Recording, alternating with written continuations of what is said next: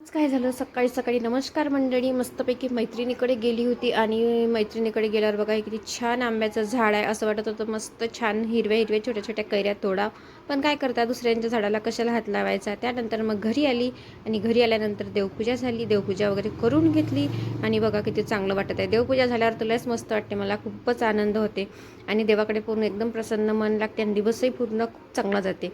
त्यानंतर बघा मैत्रिणीने कैऱ्याने दिल्या, पण मामाकडच्या कैऱ्या आल्या होत्या. मामाच्या शेतातल्या कैऱ्या आहे ह्या, मग मामीनं दिल्या. तर म्हटलं चला आता मस्तपैकी कैऱ्याचं आपण लोणचं करा. आणि नेहमीच लोणचं खाऊ खाऊ जर कंटाळा आलेला आहे, तर जरासं वेगळं पद्धतीनं लोणचं करा. हे पाहिलं होतं यूट्यूबवर रेसिपी, मग म्हटलं चला मस्तपैकी आता कैरीचं लोणचं करावं किसलेल्या. आणि छानपैकी आपली मस्त कैरी किसून घेतली. त्यानंतर मम्मी म्हणते मला पहिलं पन्हं प्यायचं आहे आंब्याचं. मग मम्मीसाठी मस्तपैकी पन्हं बनवलं. आंबे मस्तपैकी कुकरमध्ये शिजवून घेतले आणि त्यानंतर मग पन्हं बनवून दिलं मम्मीला. मम्मी पण खुश आणि मुलांसोबत सर्वजण एन्जॉय करत होते मस्तपैकी पन्हं. आणि आपल्या इकडे लोणचं चालू होतं बनवणं. तर मग लोणचं बनवायसाठी मसाला गेसाला सर्व करून घेतला आणि रेडीमेडच मसाला आणला. आता कुठं म्हटलं आता वाटत बसावून करत बसा, रेडीमेड मस्तपैकी लोणच्याचा मसाला आणला. सर्वांनाच आवडते रेडीमेड लोणच्याचा मसाला म्हटलं की लोणचं.